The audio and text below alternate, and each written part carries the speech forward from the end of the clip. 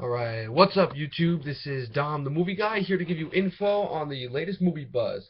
Today's video will be covering the Oscars, the big category that's coming up soon, specifically the Best Picture category, and what I think will be nominated.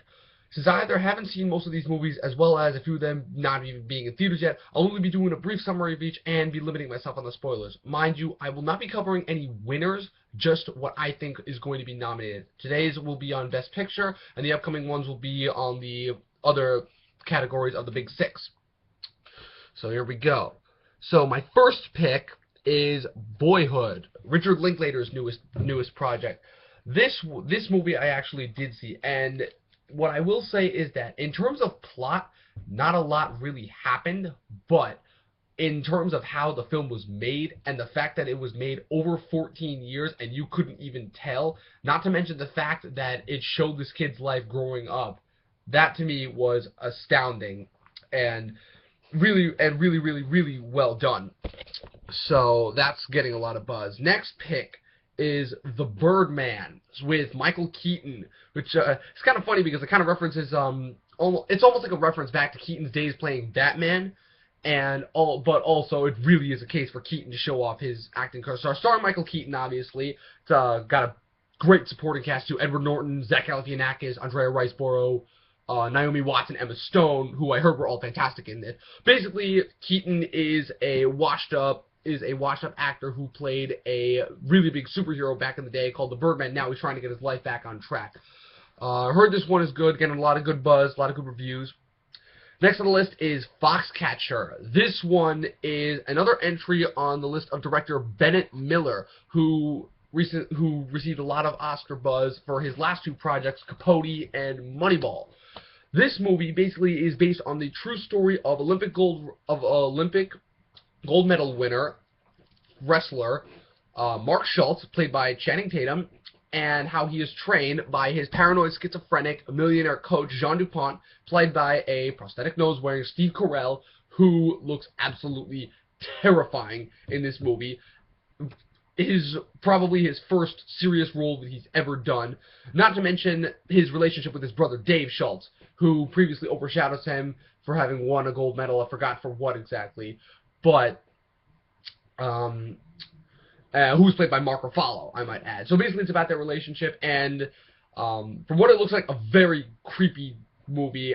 What makes it even more terrifying is that it happened in real life. This one looks very good. Carell's getting a lot of buzz for it, and Tatum's getting a lot of buzz for it. But yeah, this one could be a good pick.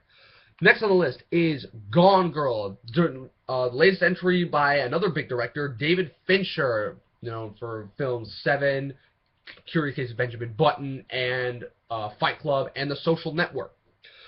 Based off the book by Gillian Flynn, stars Ben Affleck, good cast, Ben Affleck, Rosamund Pike, Tyler Perry, Neil Patrick Harris.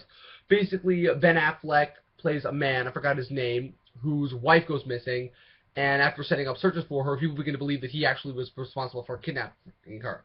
I heard that it's a pretty spot-on adaptation of the book. The people who I talked to who have read it said that it's pretty good.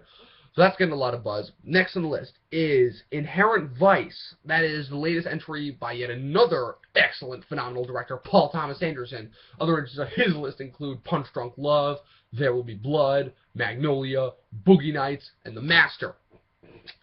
Another one based off the book, Thomas Pynchon. This film will star Joaquin Phoenix as a private detective who investigates a murder, as well as a phenomenal ensemble cast, which includes Reese Witherspoon, Josh Brolin, Martin Short, Owen Wilson, and Benicio del Toro.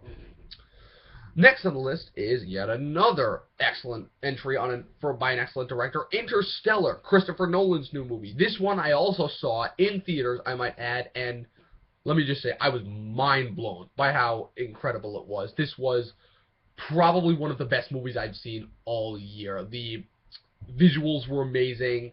I thought it was a great movie. It got a lot of negative reviews though, which kind of makes me sad, because compared to some of Nolan's other works, I mean, Nolan hasn't made a bad film per se, but compared to some of his other works, it was really good. So Interstellar, that's next.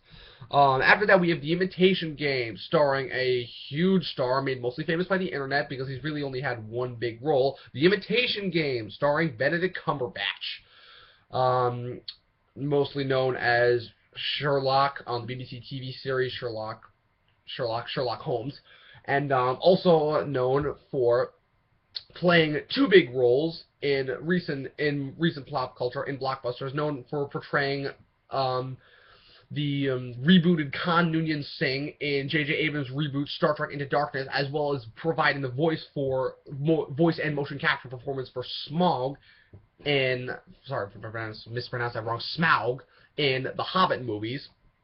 Cumberbatch is set to play real-life British codebreaker Alan Turing, who during World War II was responsible for cracking codes that were secret codes that were sent between that were infiltrated by the British from the Nazis, and was later brought to court over his allegations of being gay. So that looks like a good one. Cumberbatch is getting a lot of buzz for it. Next on the list, because I'm not making this too big a list because Best Picture usually gets a lot of picks, but next on the list is Unbroken. This one is going to be the directorial debut of a very popular Hollywood star, Angelina Jolie's directorial debut, and basically what the movie's about is it's the real life story of Olympic track runner Louis Zamperini, whose plane was shot down in the Pacific and spent the next couple of years in a Japanese internment camp. The film will be dedicated to the memory of the real Zamperini, who sadly died a few months before the filming completed, and the film will come out in Christmas. And wrapping up the list, last movie on the list is Whiplash, starring Miles Teller and J.K. Simmons. Miles Teller, who has recently been in a couple big blockbusters. He was in 21 and Over and Divergent. Stars as a kid, forgot his name, who gets accepted into a very prestigious orchestral school, and J.K. Simmons, who's mostly been known up until this point for character work, seems to be stepping out of that limelight now, plays his super abusive orchestral conductor who ends up super abusing him. The movie's getting a lot of buzz. J.K. Simmons is getting a lot of buzz for really, really giving a truly excellent performance. And that about wraps up the list. So those are my predictions for this coming year's Best Picture nominees. Let me know what you think. Please subscribe and comment. I enjoy the criticism. I want to hear other people's suggestions, and that's all. Signing off. Have a good night.